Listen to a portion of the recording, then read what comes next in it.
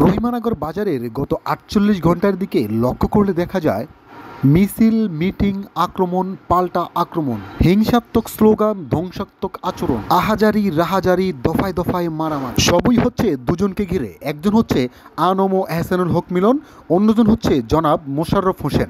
দুজনই বাংলাদেশ জাতীয়তাবাদী দল বিএনপি থেকে মনোনয়ন প্রত্যাশী। এই দুই দলের নেতাকর্মীরা মিছিল মিটিংয়ে বক্তৃতাকালে এমন এমন বাক্য উচ্চারণ করে যা শুনে সাধারণ পাবলিক হা করে তাকিয়ে ছাড়া আর কিছুই করার থাকে না। বাক্যগুলো হচ্ছে, যখন মোশাররফ গ্রুপের নেতারা বক্তৃতা দেয় তখন বলতে শোনা যায় ওই দলে যারা রয়েছে তারা সবাই আওয়ামী ধূসর।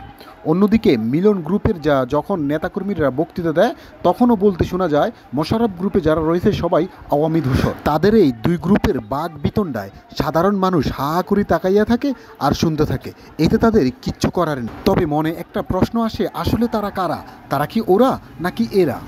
তবে আমার মনে হয় অরিজিনালি যারা আওয়ামী ধূসর রয়েছে তারা এই কন্ডিশন দেখে, তাদের এই দুই গ্রুপের সিচুয়েশন দেখে হাততালি দেয় আর দূর থেকে সিটি মারে। সাধারণ মানুষের দাবি এই হানাহানি, এই মারামারি বন্ধ হোক, কথা হোক সুন্দর ভাষায়, আচরণে থাকুক মুগ্ধতা, স্লোগানে থাকুক ঐক্যের কথা। আমরা সবাই ভাই ভাই, দেশের মাটিকে ভালোবাসতে চাই। দেশের প্রতিটি ধূলিকণা স্বর্ণ, বৃথা যেতে দিব না দেশের কোনো অপরাজনীতির জন্য।